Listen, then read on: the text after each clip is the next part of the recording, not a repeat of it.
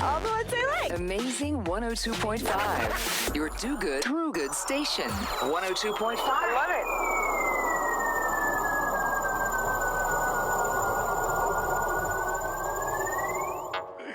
it. We going up on the rocket. This is ORALE Houston on the new amazing 102.5 FM, your do good, through good station. La estación que hace bien, haciendo bien. Now, we want to remind everybody that usually we're here in support of the Bread of Life Foundation. Well, we are in support of Bread of Life Foundation every week, but usually doing a drive-through contactless food distribution.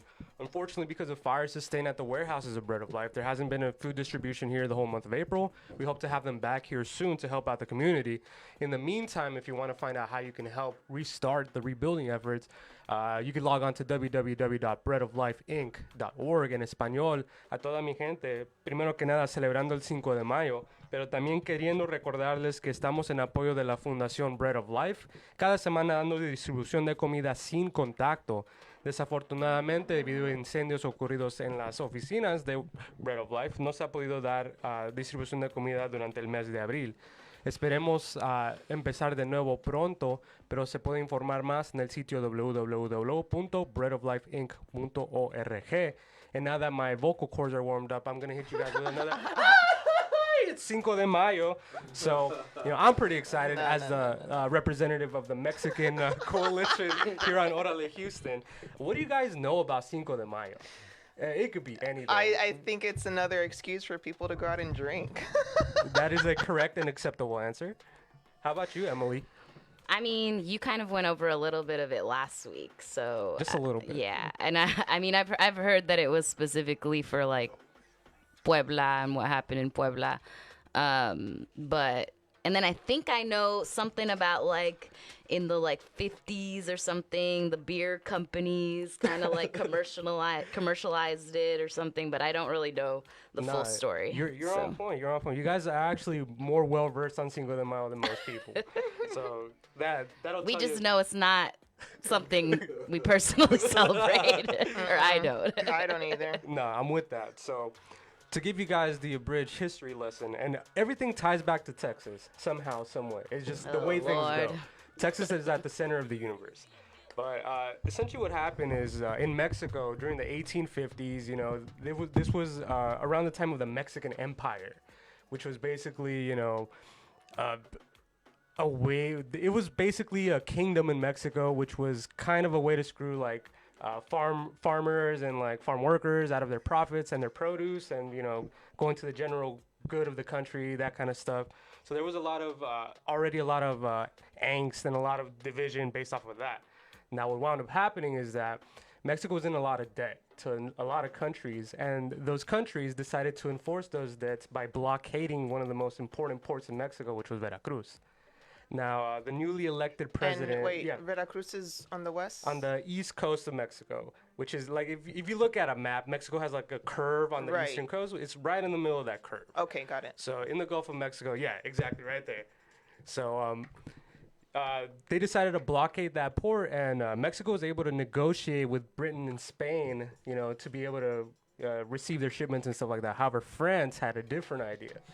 At this point in history, France was being led by Napoleon, not that one, his nephew, Napoleon III, and he decided to use a show of force to kind of establish territory in Mexico. It would be beneficial as the United States was, developing as a country, becoming a powerhouse. Now, what wound up happening is that they took Veracruz, assumed control of the port, and decided to march on towards Mexico City with the final objective of overtaking the Mexican capital. They did not count on Texas-born General Ignacio Zaragoza being stationed there at a fort in Puebla with just a ragtag group of soldiers. They weren't particularly organized, they didn't have the best weapons, but they were occupying a fortified fort at the top of a hill. Now, when the French forces advanced, they weren't counting on being met with heavy artillery, and ultimately were defeated at Puebla by the ragtag Mexican army and driven back towards Veracruz. Now, that's the gist of Cinco de Mayo. That was the day when Ignacio Zaragoza and his army defeated the French and drove them back into, they ran off basically in shame because they lost to farm workers, everyday people, not a really organized army.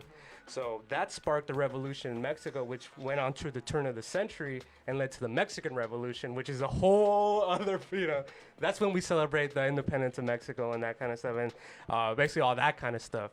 But to wrap it up nicely, Cinco de Mayo is essentially when Ignacio Zaragoza, Texas-born general, led a ragtag group of Mexican untrained armies and defeated the French. Now, this wasn't really celebrated and still isn't really celebrated a lot in Mexico outside of Puebla. It's become more of an American thing. Now, there is the camp that says, Cinco de Mayo is one of those holidays. It's like cultural appropriation because people use it as an excuse to, put on sombreros and drink and, Make some money. Make some money or make light of what happened, because if we really boil it down, this was a violent thing that happened. Hundreds of people died defending this fort. And, it's just one of those things in human history which kind of gets whitewashed. On the other side, as a Mexican, I gotta say, if you want to take today and go drink some tequila, go eat some nachos, or I don't know what people do it. Just go do it. Times are rough for them. Times yes, are rough you for do them. you. So, there is a historical aspect of it too. But I also did want to touch on that cultural appropriation thing too, because I personally don't get it. I know there's people that, take offense to this, but if you really look at what happened, this was indigenous people driving out a European occupying force that was coming in to invade Mexico.